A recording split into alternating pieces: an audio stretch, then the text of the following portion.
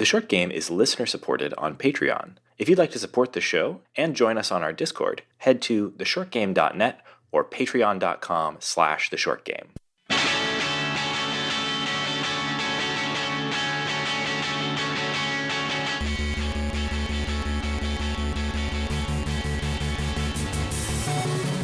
Welcome back to The Short Game. This is a show about short video games, games that respect your time. I am Reagan Kelly, and I'm joined this week by two festive co-hosts. Laura Nash. Oh, ho, ho, ho, ho. It's me, Shane Kelly. One of us is more festive than the other. Laura, get with the program. No, I don't want to. Well, you know, it's the holidays. Unfortunately. You have to Happen podcast, whether you Laura. want to It's or not. required. So listeners, this is a weird episode because it's Thanksgiving week, and some of us are traveling, others are just busy because it's Thanksgiving week. We don't have a game for you this week, but given that this episode will be coming out basically right after Black Friday, that most holy of all holidays, we figured, a good topic would be, every other publication on the internet of any sort, they're really working hard right now as we speak to churn out their holiday gift guide. Because, of course, that's how you get those fat stacks from the affiliate links, right? Because of capitalism, yeah. So we're working hard to figure out how to put affiliate links into audio. The technology isn't quite there yet, but we're pretty sure we can get it done by Monday. And we figured we'd bring you the Short Game gift guide. Yeah. So the first thing we are obviously going to do is we're just going to hit the front page of Amazon.com and search gamer gifts. And that should probably answer all of our questions, right? Yes, good idea. Let me pull that up. Okay. Yeah, I definitely want a Darth Vader gaming controller holder device stand and a I like this beanie t-shirt that says "Do not disturb, am gaming." A lot of the t-shirts you see say things like, I paused my game to be here. You're welcome. Thanks. Oh, God. Okay. Did y'all just get a burrito novelty blanket in the mix? Yeah. That's just apparently, I think that comes up whenever you search for anything right now. I'm not seeing the burrito. I'm getting a lot of really awful t-shirts here. Honestly, here's the one thing controller made of chocolate isn't terrible. No, you could do worse than that. You don't know if it's not terrible, or you? Oh, it's probably tastes terrible, but I wouldn't be angry if someone gave me a controller, a really off-brand controller where all of the controls are in weird spots. Amazon's algorithm knows that there's a certain gamer je ne sais quoi to a banana nut bread candle that says Bofa D's nuts. That does feel like a gamer thing to say, doesn't it? Okay, so is anything on this page salvageable? That's the question. Yeah, I was gonna say there's one thing on this page where I'm like, actually, this is something I would probably use. They have a thing that's like an under desk headphone holder / USB charger. It's like it holds your headphones screwed up underneath your desk and has like a multi-port USB charger for charging your headphones and maybe a controller. That seems all right. I don't know. Yeah. Okay. The rest of these are a swing and a miss for me. I mean, a neck massager is on page 1. Yeah. Bestseller, $10. It's a pack of playing cards called 52 Farts. Oh. I find it humor mystifying. playing cards, aka not kiddo friendly. It says right in the title. The only video game on the front page of Amazon when you search for gamer gifts is Mario plus Rabbids Spark of Hope, which I will say Black Friday deal for only $15, but it could be worse. It could be worse. But not a short game. Yeah, I also think maybe we should kind of just rule out the broad category of neon lit signs and rainbow headphones. Speak for yourself, man. I need my headphones to glow. Okay, but fair enough. I am kind of tempted by this Tamagotchi. Why don't I have a Tamagotchi anymore? Okay, so let's talk about real. Because you have an actual gifts. child. I do. He has been asking. I told him what a Tamagotchi is, and he's been begging me for one. So I think that's probably going to be under the tree for him this year. We'll see how he actually keeps it alive. Oh my god! Tell me how that goes, man. Tamagotchis. I think a kid could enjoy a Tamagotchi even today. Sure, why not? Mm-hmm. I wonder what. So Wonders sidebar, Tamagotchi technology has achieved now. The current like breed of Tamagotchi, like the latest edition Tamagotchi, is pretty appealing looking to me as a lover of the Tamagotchi life form. I watched a video yesterday of someone who uses some kind of computer app to like add in special items for their Tamagotchi. You could like create your own little pixel art items. This person made a Hatsune Miku and gave it to their Tamagotchi, and the Tamagotchi like dances and sings with it. Super great. I think Tamagotchi tech has come a long way. They got color screens on there. They can like, I don't know, go to college. I love this for them. Yeah, great. Well, we did do a little bit of, I mean, this is probably the lowest prep episode you'll ever hear on the short game. We hopped on and talked for 15 minutes trying to figure out. You don't have to give them a view behind the curtain, Reagan. I'm pulling it back. I'm pulling back the curtain. It's the week before Thanksgiving. We are very busy this week, and gift guide is the answer. Luckily, we like buying game-related stuff already. So you're basically getting recs of things we own. Game-related garbage. My wife has occasionally asked me questions like, why does Amazon come every day? Oh, no. I'm like, no, don't ask me these questions, woman. Is any of that helpful to people who are not you that you would recommend? I mean, it depends. Are you shopping for me? If you are a listener who is not shopping for you. Well, we did do a little bit of brainstorming, and we have a few ideas on some game-related or maybe even short game-related products that you, listener, might want to consider for the short game enjoyer in your life, or maybe putting on your own wish list if you're doing that sort of thing these days, or just buy it for yourself. Fuck it. It's the holidays. You do what you want. So we thought we'd talk about a few of those, and also, hey, listeners, this is a great time of year to tell us what's on your wish list. So join us at shortgame.fm or patreon.com/theshortgame, where you can, my wish list is more patrons. If you want to put some money in the Patreon and join us on Discord, we can have a chat there about what's on everyone's gaming related holiday lists. But Laura, you were the first person to have a good idea as opposed to all of our garbage ones. So what do you think should be on people's short game or gaming related gift guides? I love game plushies. They're adorable, and they sit on your bookshelf, and they look very charming. Yes, I'm an adult too. I don't put them on the bed. I'm like they decorate my shelves, like a little weird woodland creature. And no one who comes to my house knows what they are. They're like, "Why do you have a strawberry with eyes?" Like, because of the bug snacks. There's also the burger is up there too. But I think that Fangamer has the best quality ones. This is not sponsored. I just keep buying their stuff because it's good and it doesn't smell bad when it comes in the box, which I also find important. But my favorites are the Strabby, as I mentioned. I've got the and other bug snacks toys, but my Frog Detective is pretty fantastic.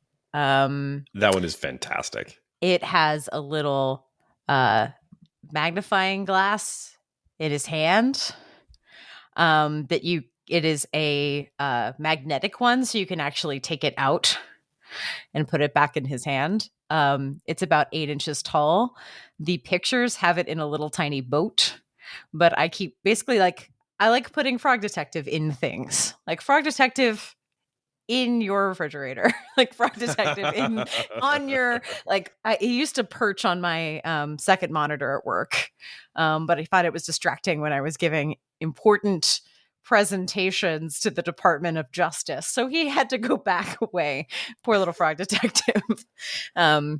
Distracting me during presentations. I don't But do a ton of these plushies, but I totally co-sign the ones at Fangamer are usually really good.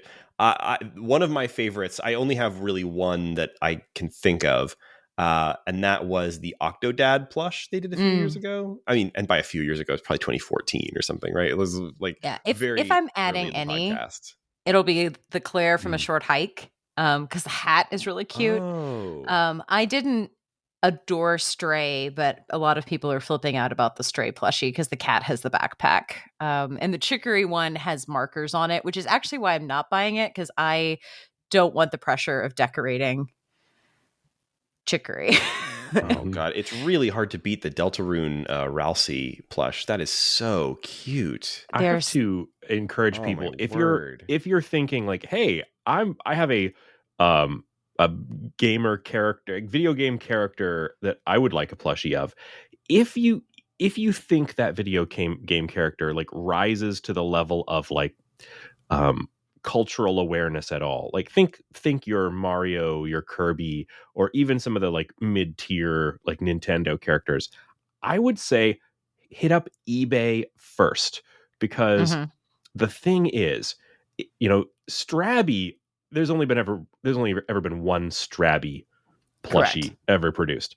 However, if you're a Kirby fan, like, you are in the money, because there are a million different editions of Kirby wearing every possible hat in every considerable pose.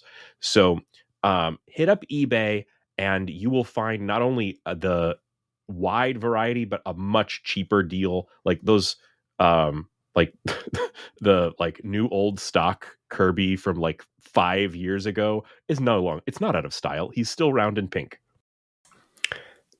Yes. Laura, what have you done to me? I've pulled up this page and now I'm like going through and I've got like 4 of these that I want to buy now. Like, dang it, Laura. Well, because they're fantastic. And also my friend Amanda just got a cat named Zagreus today, and she's ordering the Cerberus plushie in the hopes that the cat will love it. And I was like, I don't think that's going to happen. But in the world that happens, I will be very happy. I was like, cats don't necessarily like plushies, but we'll see. We'll see if they become friends.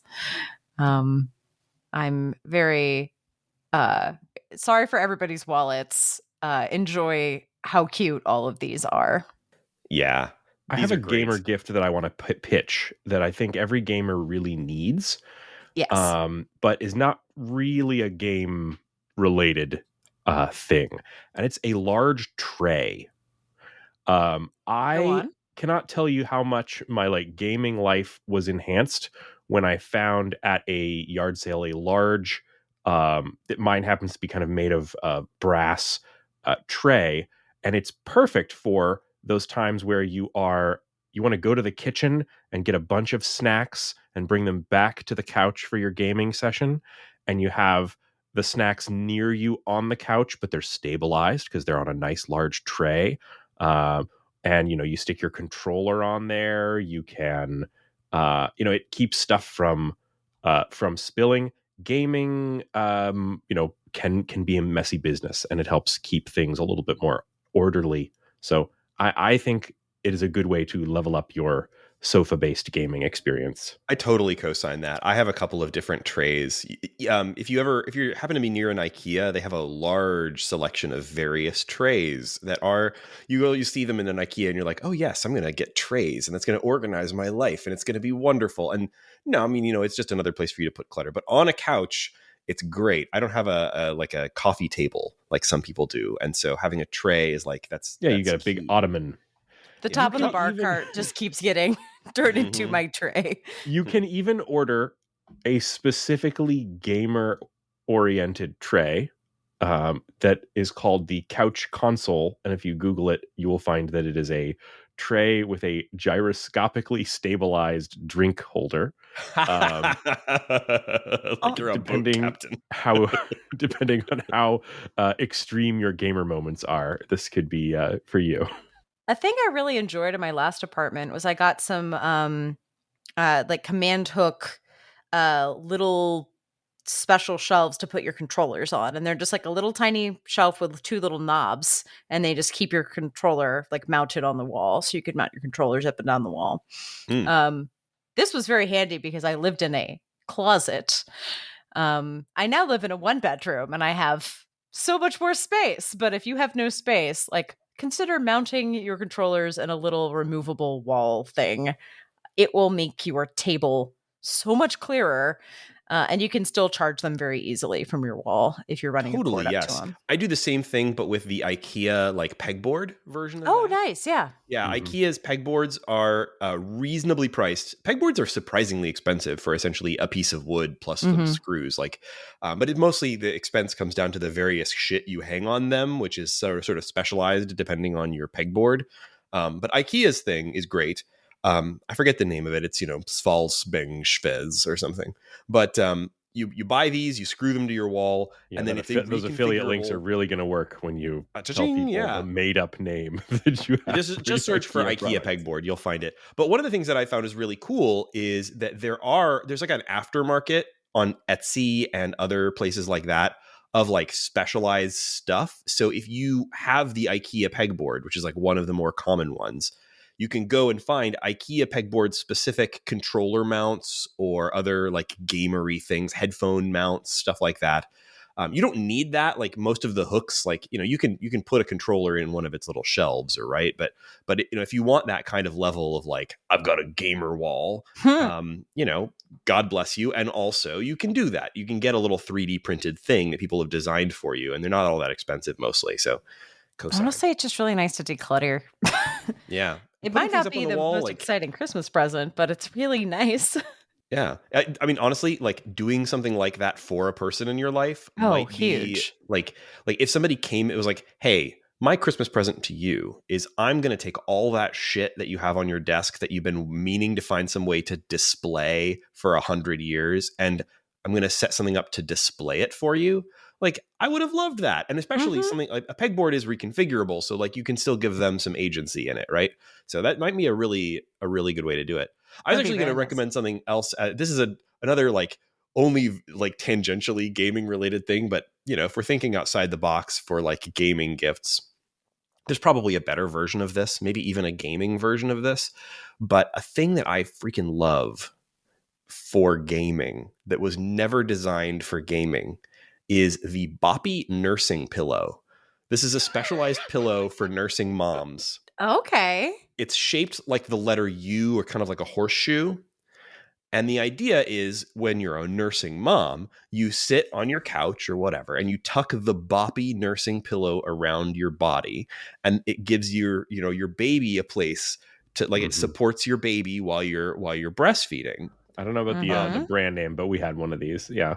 But what's also great to support is your controller. I did not know where we were going with this. Right. And when your nursing mom has finished with her Boppy, it becomes the greatest gaming accessory of all time. It's perfect for like, if you're a Steam Deck owner, you know what weighs about the same as an infant? A Steam Deck. And supporting it in roughly the same positioning as a nursing baby, it's ideal. It's really honestly, you've made it ergonomic. That's shocking. So I don't necessarily recommend the Boppy nursing pillow as the item. That is for me the item. But there's other nursing pillows, but mom stuff is all super overpriced. See if you can just sort of find a roughly U-shaped firm pillow, and that is a great gaming accessory right there. I think that's an untapped market, Reagan. I think you're onto something here. You can start flipping those nursing pillows as gamer accessories. All you have to do, they're already vaguely controller shaped. Like if you made them slightly more controller shaped, then you've got to add RGB. A plus. Oh, that's how you do it. That's how you sell it to the gamers. So speaking of RGB things, there are a lot of products out there that are just straight up made for gamers, and RGB desk shit and office stuff is just this whole category that like it's not for every gamer, but for the ones that it is for, they can't get enough of it.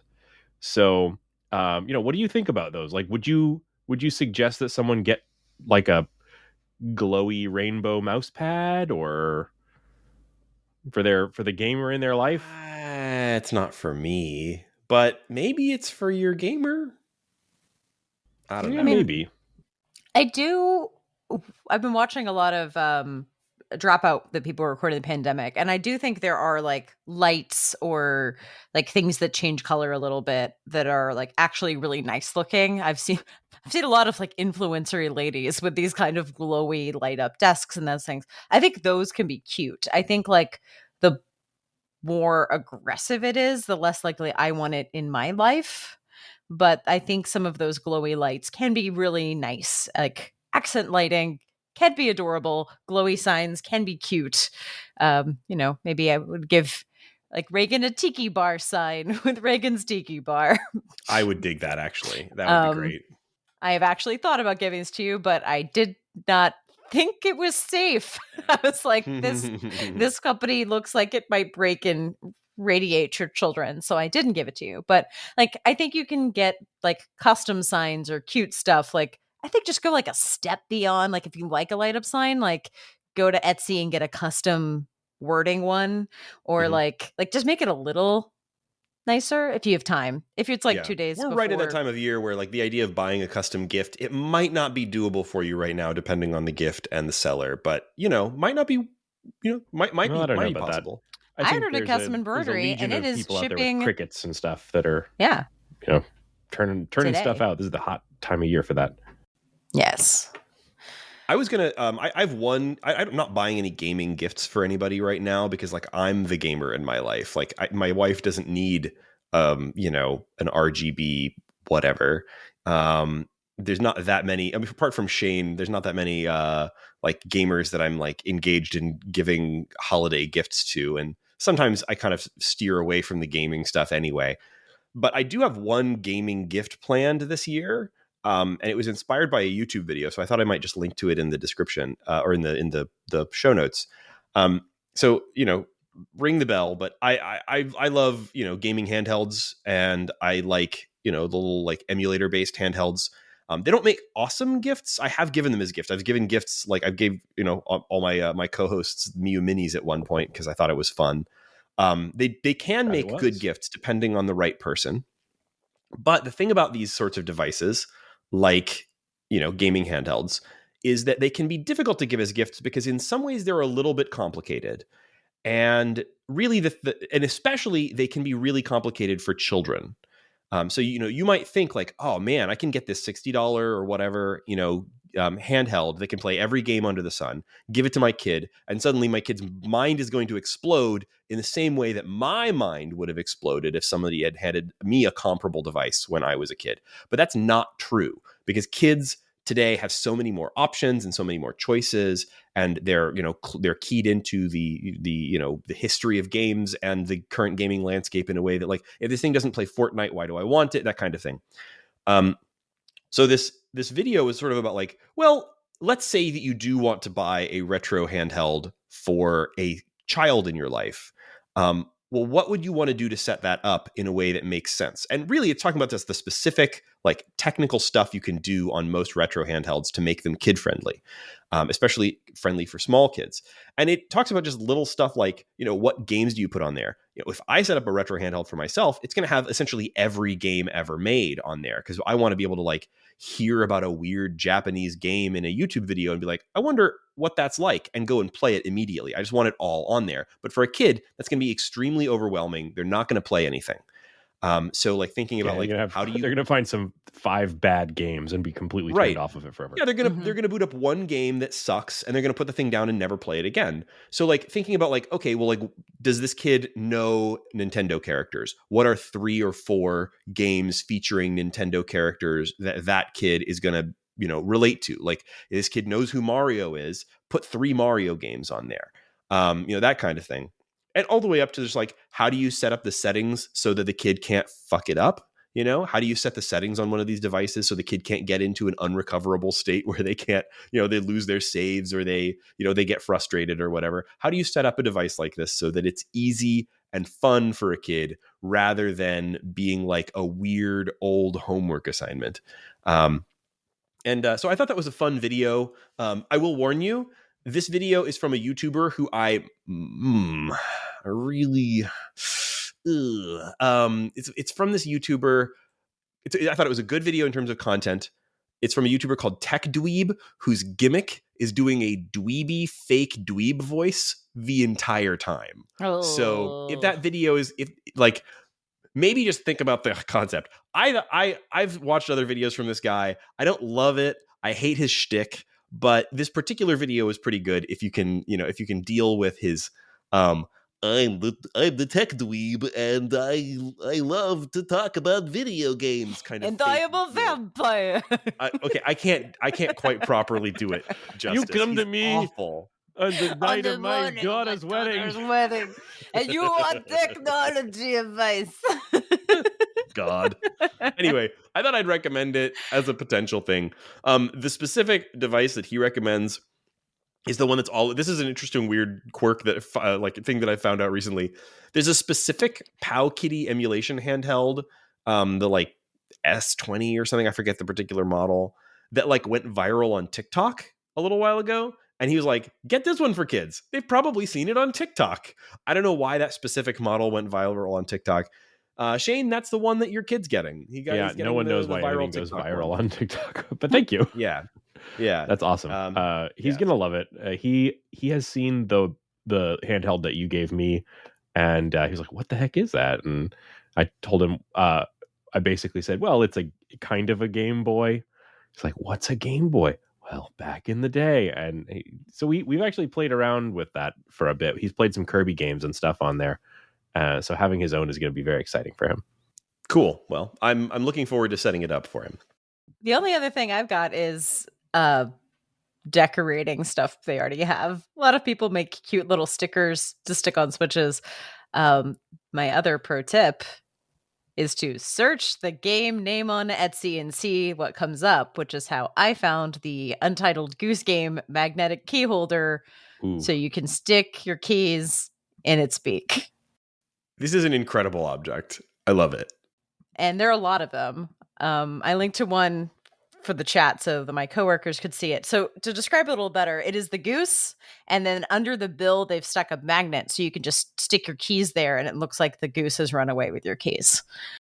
It's a terrible failing of capitalism that Panic doesn't sell this product themselves. They had to rely on they're too busy getting the Playdate off the ground to sell goose holders, but this thing is awesome, and it's a little bit sad that it's such a generic you can't copyright a goose, but this is clearly that goose. Well, several pictures of them have it holding knives and other things, and then all the notes say "do not use with knives."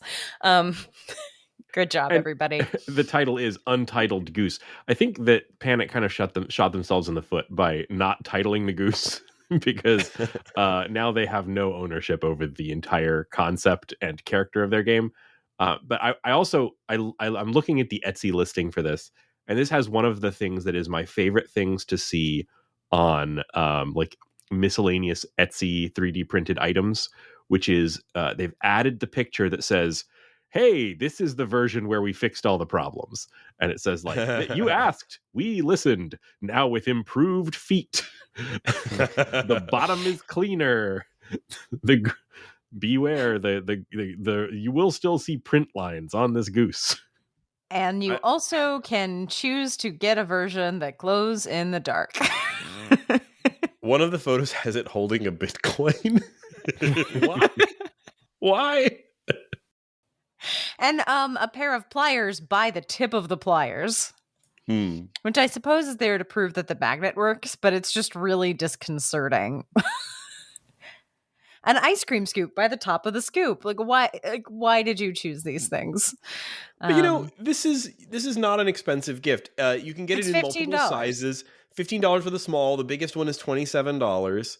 And yes, it's 3D printed, but it seems like a nice little thing. If you've got a Goose game enjoyer in your life who has keys or sunglasses or small screwdrivers or what have you.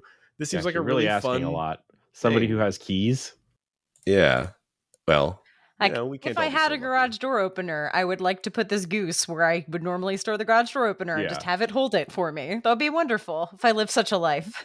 Very good. Etsy is, we can do it a little, I'm going to digress a bit about Etsy.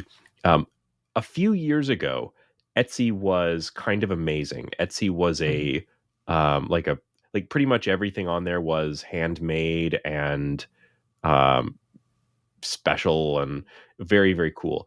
Now, it seems to me like they really just welcomed drop shippers with open arms onto Etsy. I don't know if anyone else has had that experience. Yeah, it's chaos. It's getting to be a little bit sketchy on there. So these days I treat Etsy with a little bit of skepticism, and when I find a seller on there that I can tell is actually doing good stuff, I favorite them. So I have had to go through Etsy for a while and mark a bunch of favorites in order to avoid the kind of wash of like machine made drop shipped miscellany that is. I should all follow you on Etsy. I love creeping on what people favorite and going to their favorite shops. And sometimes I will find an influencer and I will buy vintage items before they can, and I feel a little bad about it, but they shouldn't. They should have bought it if they wanted it.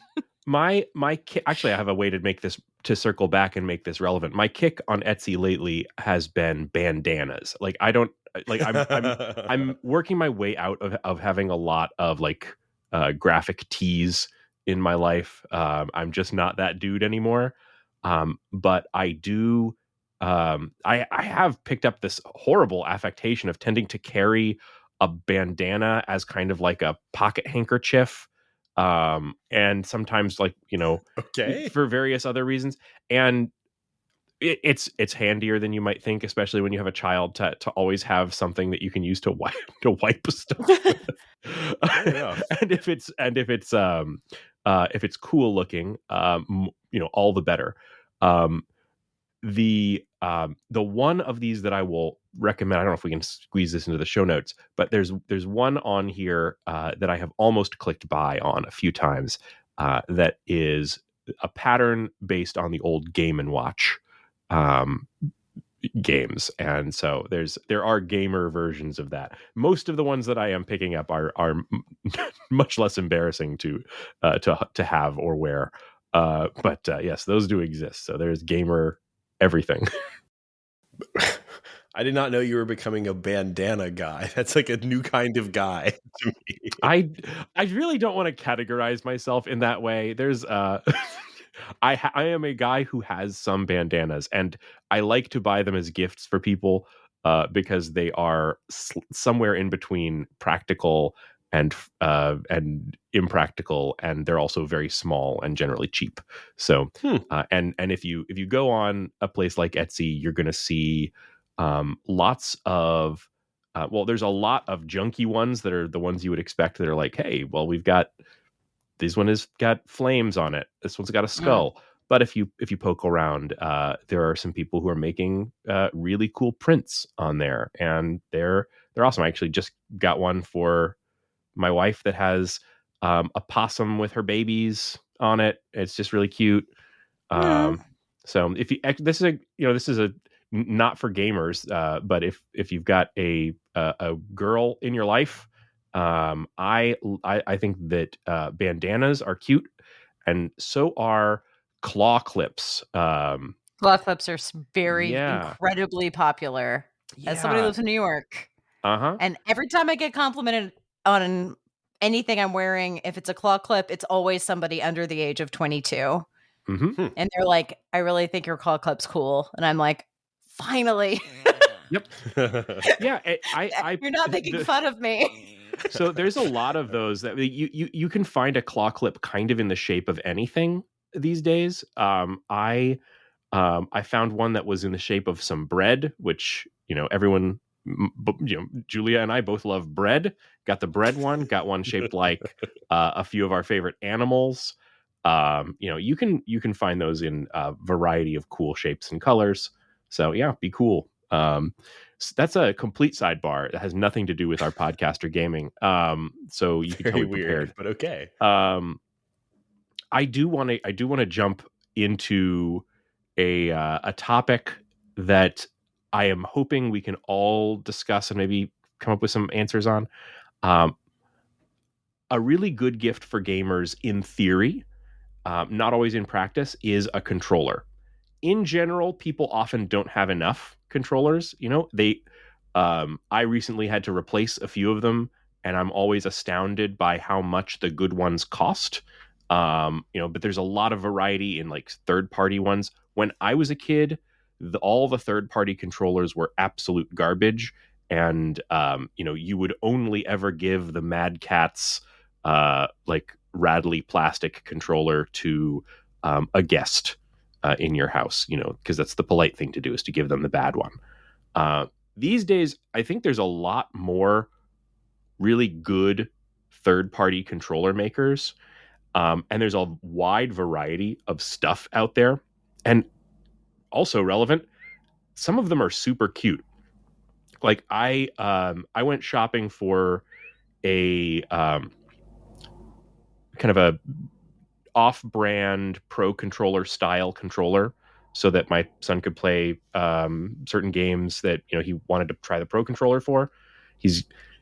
I think he's kind of getting a little irritated with the Joy-Cons, like I did some time ago, and I found there's just so many different options, and I found one that was like a third of the price of the official pro controller for the Switch, and it was just fine.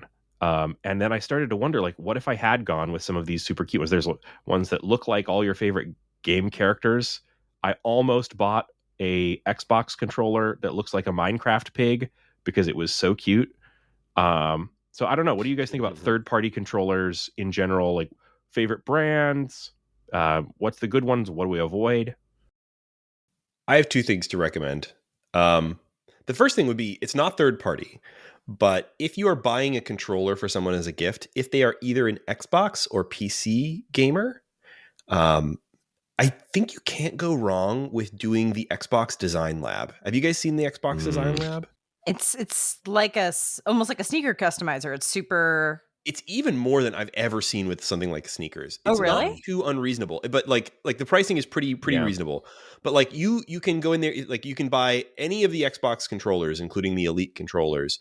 You can go through their design customizer, and they have something like for the main body of it. Let's say you're doing an Xbox controller, and like I prefer the Xbox controller for like almost everything. Like I love the Xbox controller. The newest one for the Series S is like the best they've ever done, in my opinion. But you can customize the color of the body of the controller. They've got like 27 different colors plus a bunch of patterns if you like god awful camo or like weird gradients, but like a lot of options. And then you can individually customize the colors of every element on the controller, the back, the battery compartment thing, whether or not it has rubber grips, the color of the bumpers and triggers, the color of the D-pad, the colors of the sticks, the colors of the face buttons. And you can add engraving on it if you want. Some of these options cost a little extra, but like you can put some text, like 16 characters, right on the controller.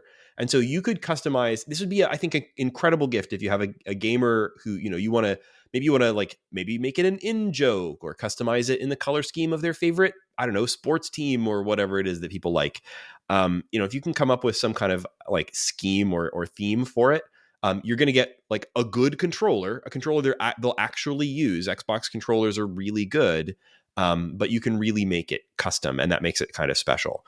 And so like with the sort of the basic options, it's only like $10 more than a standard Xbox controller. It's like $70. And then there are some extras you can add on, things like rubberized grips or the engraving. Engraving costs like an extra $10. So, you can end up with a controller that costs about $100 if you really go all out. That's not that bad. I think that's could be a really fun gift. So that'd be the first thing I'd recommend. Yeah, those are great. Xbox controllers are fantastic. I'm at the point now where I'm using them for all my PC gaming. I'm using it on the Xbox, and I'm at the point where I'm considering getting one of those little adapters to let me use it on the Switch. Yeah, I've seen a couple of those. There's a thing that you can get. There's like a couple of different options for that, but there's one that I've been considering picking up. Oh, I have to look up the name of it. That you stick it into the battery compartment of the Xbox controller, and it kind of like hijacks the like wireless and USB of the controller. So it is a rechargeable battery, but it also adds an extra set of buttons and means that you can use the Xbox controller on Switch and maybe even PlayStation. I forget. Like it's kind of curious about that. Yeah, so it was a cool design. There's some really good. I think it was from Brook, but I might be wrong. But there's some good options for that these days. If you like your Xbox controller and you want to use it on other stuff, like they're very customizable. The other thing I was going to say is there are a lot of like cute looking weird controllers. Especially if you're buying for a kid, sometimes like the looks are really important. I saw a thing recently. The like kind of junky third party, little brother controller brand I think it's PDP has a series of controllers out for the Switch that have Sonic the Hedgehog figurines inside them. They're like clear controllers and they have like little like a Sonic or Tails or whatever figurines and like a little diorama. It's like the controller is a little Sonic the Hedgehog diorama. And I was like, this should suck, but it looks kind of cute. I like it. That's just a maybe for you. Mm-hmm. I will throw out. If you're looking for just something cheap for that little brother, you can find on Amazon the brand name, if you can call it that, is YCC Team, and this looks and feels almost exactly like an official Switch Pro controller.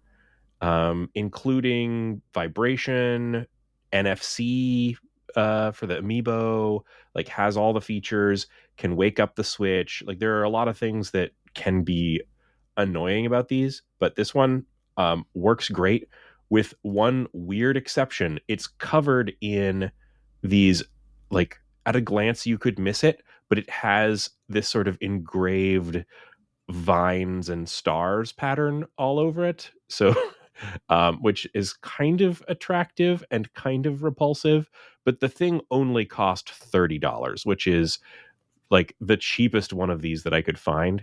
I was like, maybe this will work, and it worked out great. The thing has surpassed my expectations. I guess one last recommendation while we're talking about controllers, if you want to give the gift of a really good controller and you're not sure what to do, I think you can't go wrong with the highest end things from 8BitDo. I don't have the current 8BitDo Ultimate controller. They've had a few versions of this. I have the older one, but the newest 8BitDo Ultimate Bluetooth controller is $70, but it has some like absurdly nice stuff going on. It comes with a charging dock that looks really nice and like displays the controller, and like you just place it in the dock to charge it. It comes with a little dongle so that you can plug it in it'll do either Bluetooth or 2.4 gigahertz over, which is nice because that means like you can plug this thing in and you don't have to deal with pairing on a PC or a Switch, and it has like very low latency. It'll work on a Switch. It'll work on anything that does X input like PCs, or I don't think this will actually work on a Xbox, but you can use this on, like a Steam Deck, anything like that. And it's just a really nice ass controller, and it comes in a bunch of different colors, so it kind of like looks cool. Actually, I guess right now they seem to only have it in red or blue. I've seen other previous colors before, so maybe you choose between red or blue. But like, I think it's black, white, red, or blue. Oh, okay, that's cool. But yeah, totally. Like, I haven't tried this specific one, but like 8BitDo has been knocking it out of the park with every controller of theirs that I've tried lately. Especially, they have great D-pads. So if you're, if they have a little bit of a, interest in retro gaming or something like that, like imagine an Xbox controller, but with arguably an even better D-pad. Is the current 8BitDo, and they have a mobile app that is actually useful. You can be playing with this controller like on PC or on a Switch, and you just pull out the app, and it connects with some kind of low energy Bluetooth to the controller, and you can remap buttons and create like presets and stuff on the fly without having to do any like weird pairing dance or whatever. It just does it. It's incredible. The mobile app for the 8BitDo higher end controllers, like it's really good. And I've had to use it a bunch for things like, I'll boot up a game on Xbox or Steam Deck or something, and like for whatever reason the buttons are like backwards from what I would have expected, and it's actually easier to just pull out the app and do it there than it is to worry about like doing any kind of remapping on the console or computer that I'm doing. So it's actually a really good feature and not a bad gimmick. Yeah, I have the Pro 2 from them, and it uses that same app, and it's been very, very handy. Speaking about, you mentioned you're not sure about it having Xbox support. I would be a little cautious about third-party Xbox controllers right now. I'm not fully up to date on the news here, but as I understand it, Xbox is doing away with third-party Xbox controllers as some sort of, depending on who is talking, move to protect the integrity of professional gaming, or stop people from, I don't know, using the turbo buttons on their third-party controller or whatever, or also just, I don't know, a money grab for Xbox controllers, or even, by other standards, a middle finger to people with accessibility needs. So so watch out on third-party Xbox controllers right now. Yeah, good point. I heard about that as well, but I don't know. If you're not worried about it connecting specifically to an Xbox console, these things are great. Last thing I'll mention is that, like, thinking about like what is a good gaming gift. I've had good success. This really is going to depend on the specific gamer in your life. But if you happen to have that gamer who is at the intersection of video game nerd and vinyl nerd, there is just a constant flood these days of video game vinyl soundtracks that are actually me. Yeah, I know this because Shane is the guy. I've ended up buying you video game soundtracks on vinyl more than a couple of times, and they're usually a good gift and well received. There's a couple places to look for this. I Am 8-Bit does a kind of has a collection of these, and they go in and out of stock as vinyl tends to do, especially sort of like fancy special editions. But like they have, like looking at what they have on their site right now, like they have some stuff that like, big name stuff like a vinyl of a 2 LP set of the soundtrack of the Mario Brothers movie. But like, a lot of short game favorites, Ori and the Will of the Wisps, Grim Fandango. They're about to do a reissue of the Gone Home soundtrack, Oxenfree, Journey, Untitled Goose Game, Hades, Bastion, some Persona soundtracks. Like really, I mean, it scrolls on and on, man. It keeps refreshing and keeps adding on more rows here as I keep going. There's a lot of stuff on here, and they're not the only people doing this. There's a bunch. And also, if they happen to be into retro games, there's a whole, like, there are labels that specialize in doing like fancy retro game reissues. So just do a little bit of searching about like maybe if they have particular favorite games or something like that, and see if the soundtracks are available on vinyl. It's a little bit of a dumb sort of vanity gift, but like there's so much nice about having a vinyl of a music that you like. It's not just like, hey, here's another way to play music that you can probably already play on your phone. It's also like a really big gatefold piece of art, very often like a nice unique piece of art specific to the thing that you like. And like it's just, sometimes there's little bits of like additional like other fold-ins and stuff, and it can just be a cool, fun gift. And also, I don't know, there's something cool about the act of putting on a record and listening to it. That I was at a friend's house for a birthday party, and they had the little shelf up above the record player, and they were putting the vinyl art up while they were playing at the party, and they would switch. And it was just like you would see at a store or a cafe. And it was absolutely lovely. And a lot of people were like taking pictures of albums they liked and talking about the music. And I found it very charming. I love that. I am angry every time I think about these soundtracks, because a few years ago, I passed on buying the Katamari Damacy vinyl soundtrack. It's like a 2-disc soundtrack. It was a little expensive for me at the time at $50, but now it regularly goes for like $200 to $500. And Yeah. You reissue, please. Someone reissue this. Yeah, it was they did this as a Mondo they do a lot of those video game soundtracks. They did one run of this in 2018, I think, and that was it. And it's never been reissued. And they must have printed damn few of them. I had the Jurassic Park and the Guardians of the Galaxy, and when I moved and I took them to the resale shop, the people there were visibly like so excited that I was getting rid of them. We were not keeping the record player, so I wanted them to go to people who wanted them. But I think I made money on both of those at resale, which means the people who were actually reselling them probably were marking them up quite a bit. But no, Mondo's great. I wish people reissued. I bought them for the art, but it's like giving someone a piece of art they can listen to, which is really nice. Oh, I just remembered they have the Neon Genesis Evangelion soundtrack. It's almost out of stock.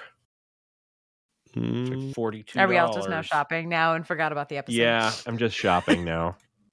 I do not need a vinyl copy of Cruel Angel's Thesis. Oh, Shane, they did it. They did another reissue of the Soundburger. You can now get it. I saw that.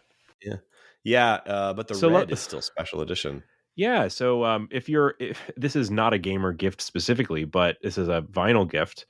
The Reagan picked up for me a lovely special edition of what company made that? I don't remember. It's like the Audio-Technica. Yeah.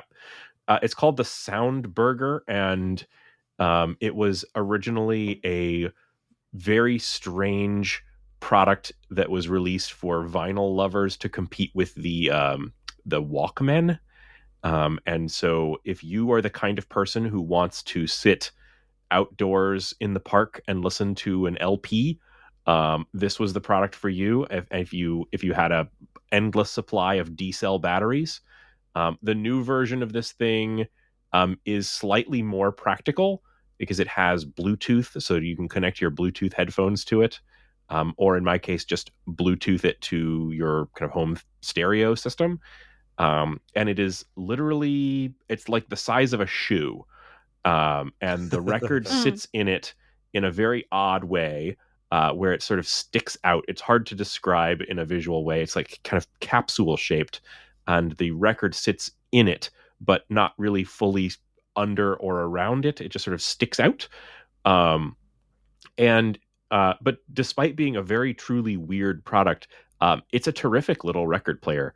And if you want something that will play records, but then you can put it very easily into a drawer, this thing is really nice.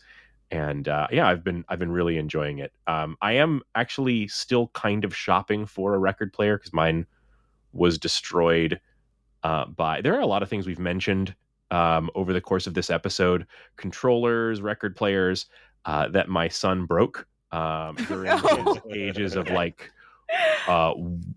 2 to 4. He was like a real we called him the Tinado, but mostly that has calmed down, and I'm slowly replacing all of those broken objects, and the record player is on the agenda now. So the controllers, he really liked to chew on the rubber thumbsticks. So I've got a lot of these nice 8BitDo controllers with no rubber on like one or both of the thumbs. Reagan, if you have any advice on how to replace those, I tried some little rubber caps and they just would come right off. So, but that's a discussion for another day. Well, if you have any controller chewing children in your life, maybe you've gotten some ideas over what to get them for Christmas. That's got to be why that chocolate controller was on that front page of Amazon, Shane. It's for the controller chewing children in your life. Mm-hmm. I think if you got any of those children, what they really need is the double LP of the Klonoa 2 soundtrack from mondoshop.com. Awesome.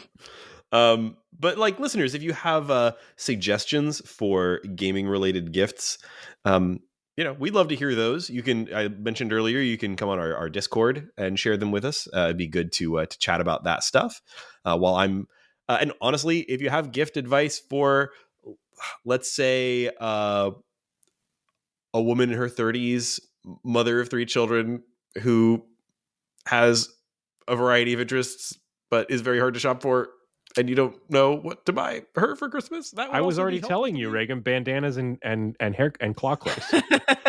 She has short hair. I don't think the claw clips will work, but I'll see Yeah, about some We can chat bandanas. after the show. Thank you, Laura. As a woman in her 30s, I can help you. Thank you, Laura. Thank you. But listeners, if you want to talk Christmas gifts, join us on our Discord. Let's see. You can find our show on the internet at www.theshortgame.net or shortgame.fm, the page with all the buttons. That's a great place to jump off to all of our other various things, including our socials for the show, as well as all of our individual socials and all of that. But of course, also a link to our Patreon where you can support the show. You can find me on the internet. I'm Reagan that's RAYGAN.me online, and that has links to all of my socials and everything. I'm mostly on Mastodon. Haven't been posting a lot lately, but it's where I hang out. Or it's also a link to chat me up on Discord if you want to do that there. Email, etc. Laura, where can people find you? You can generally find me at Laura J. Nash at places like the RIPX, Blue Sky, and Laura J. Nash at Bird Up Rodeo on Mastodon. You can't use Laura J. Nash on Instagram because someone has that and it's not me. So don't look for, you can follow that person, but it's not me. Shade, where can people find you? I'm on most socials as 8-Bit Shane, and I'm on Mastodon at Shane at Bird.Rodeo. And listeners, thank you once again for joining us on this episode, this very low prep episode of The Short Game.